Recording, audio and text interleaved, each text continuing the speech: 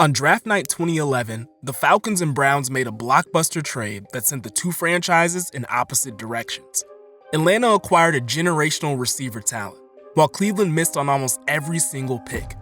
The twists and turns of this transaction are crazy. Let's take a look at it using our trusty trade tree.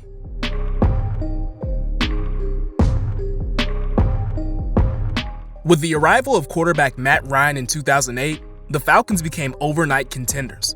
Atlanta went 33-15 in Ryan's first 3 seasons. Despite making the playoffs twice, they were unable to win a single playoff game. Feeling that they were one receiver away from a Super Bowl run, the Falcons turned to the draft. In the class of 2011, there were 2 elite receiver prospects, A.J. Green from Georgia and Julio Jones from Alabama. Both were seen as can't-miss prospects, but most analysts gave Green the edge in rankings. Knowing the receivers would go early, Atlanta looked to trade up all the way from 27 into the top 10. The Falcons were unable to convince Cincinnati to trade their 4th overall pick. The Bengals used the selection to take Green. Not wanting to miss out on Jones, Atlanta GM Thomas Dimitroff took immediate action.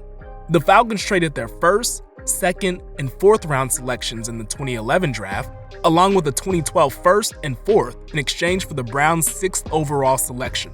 With that pick, the Falcons officially took Julio Jones off the board. The aggressive move sent shockwaves through the league, but Atlanta was sure that the physically freakish receiver would be worth the investment. We're not going to spend too much time on Julio because if you've watched football since 2011, you already know the story. In 10 years with the Falcons, Jones made 7 Pro Bowls and was selected to 5 All-Pro teams. He was consistently considered one of the NFL's best players. Julio holds almost every Falcons career receiving record. During Jones' prime from 2014 to 2019, you could annually pencil him in for at least 100 catches and more than 1,500 receiving yards.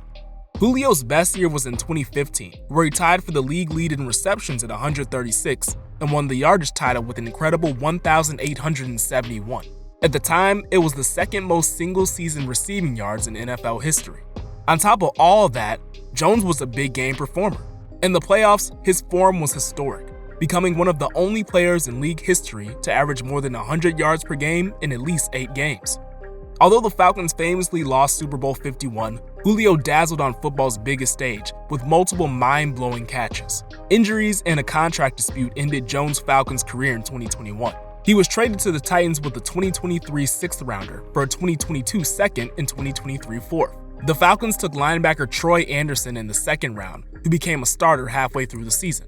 Atlanta packaged the 2023 4th with a 2nd for the Colts' 2nd rounder. With the pick, Atlanta took offensive lineman Matthew Bergeron. There's really nothing more to be said on this side of the trade tree.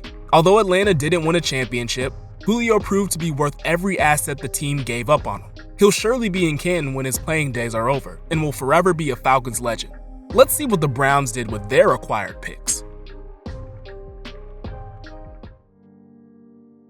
For Cleveland, 2011 was supposed to be the dawn of a new era in their football history. Legendary Packers and Seahawks coach Mike Holmgren was named team president in 2010. He was tasked with turning the perpetually terrible Browns into winners. In early 2011, Holmgren hired Rams offensive coordinator Pat Shurmur to be the franchise's next head coach. Cleveland had the 6th overall pick in the 2011 draft after going 5-11 in 2010. The Browns needed help at virtually every position, but especially at wide receiver, as they had one of the worst cores in the league. After A.J. Green was picked at 4, it appeared like Cleveland was a prime landing spot for Jones. That was the case until Atlanta offered a ridiculous haul to move up from the bottom 6 to the top 6. The Browns decided to bet on the quantity of picks rather than the elite prospect. Cleveland used the Falcons' 27th overall pick with their own 3rd rounder in a deal with Kansas City to acquire the 21st overall pick. With the selection, the Browns took massive defensive tackle Phil Taylor from Baylor. The Browns selected North Carolina wideout Greg Little in the 4th. Big and explosive, Little had 1st-round talent but fell to the 2nd because of character concerns. In the 4th, Cleveland drafted fullback Owen Marisic, who played on both sides of the ball at Stanford. Let's see how the class of 2011 panned out. Phil Taylor played in 44 games in his 4-year Browns career. He was great as a rookie, recording 59 tackles along with an unexpected 4 sacks. The performance was enough to land him on the Pro Football Writers Association's first-team All-Rookie team. But due to a slew of injuries and a scheme change, the interior lineman never regained his first-year form. After playing in only 28 of 48 games over the next 3 years, Taylor was cut. Like Phil Taylor, Greg Little's best year as a pro came when he was a rookie. Little led Cleveland in receptions and yards in 2011. Although his numbers were respectable, the receiver struggled with drops throughout the season. Drops continued to be an issue as he regressed in 2012 and 2013.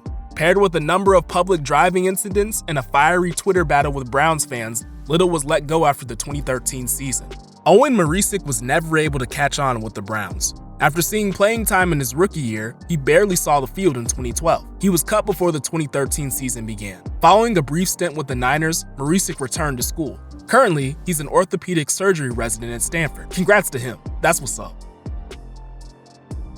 After going 4-12 in Pat Shurmur's first year, the Browns entered the 2012 draft with the 4th and 22nd picks in the first round. Unable to strike a deal with Indianapolis or St. Louis to move up for a top quarterback, Cleveland locked in on taking Alabama running back Trent Richardson at 4. Richardson was regarded as the best running back prospect since Adrian Peterson. He was believed to be a day one star. In the hours leading up to the draft, rumors began circulating that Tampa could try to steal Richardson by making a deal with the Vikings to acquire the 3rd overall pick. 30 minutes before the draft, Cleveland took defensive action by striking their own deal with the Vikes. In all, the Browns sent Minnesota their 4th rounder acquired in the Julio trade, along with the 4th overall pick, a 5th, and a 7th. All of this just to acquire the 3rd overall pick, which they used to select Trent Richardson. The trade wasn't very popular with Browns fans, but they were at least excited that they got their running back of the future. With the Falcons' 1st rounder, the Browns attempted to solve their quarterback questions by taking Brandon Weeden from Oklahoma State. Weeden had a strong collegiate career, but at the seasoned age of 28, he didn't scream first-round prospect. Still, Cleveland thought they had found their guy and took him. Let's start the class of 2012 with Brandon Weeden. Weeden had an infamous Browns career. His numbers weren't good as a rookie, but he showed slight improvement throughout the season. Everything came off the wheels though in year 2. Pat Shurmur was fired and replaced by Rob Chudzinski for 2013. Weeden was benched multiple times in a season where his completion percentage was below 53%. Both Chudzinski and Weeden were given the boot after the campaign. Shockingly, Trent Richardson spent even less time in Cleveland than Brandon Weeden. Trent dealt with a number of lingering injuries in his rookie year, but still posted close to 1,000 rushing yards with over 350 receiving yards and 12 total touchdowns. A deeper dive at his stats, though, revealed that Richardson was extremely inefficient, and the eye test showed that he couldn't read running lanes. After week 2 of the 2013 season, the Browns dealt the bat to Indianapolis in shocking fashion for their 2014 first-round pick. Cleveland went into the 2014 draft with Mike Pettin as their new head coach. Needing to once again address the quarterback position, the Browns paired the Trent Richardson first-rounder with a 3rd in a trade with Philly for their 22nd overall pick. With the selection, the Browns took the one and only Johnny Manziel, a quarterback from Texas A&M. Johnny Football was quite possibly the most controversial prospect in draft history. He dazzled at Texas A&M, becoming the first freshman to ever win the Heisman, along with doing things that had never been seen before on a weekly basis. Manziel drew loads of criticism, though, for his herky-jerky play style, cocky attitude, and party animal tendencies. Still, Cleveland fans were ecstatic to take the box office QB. Since you probably already know what happens next, we'll speed run this. Manziel's NFL career went as bad as possible. In 2 years with the Browns, Johnny was consistently involved in controversies. Whether it was for poor play on the field, his party antics, or even legal troubles, Johnny always found himself in the news. After being spotted in Vegas the night before a game, Browns management finally had enough. The QB was released in shame.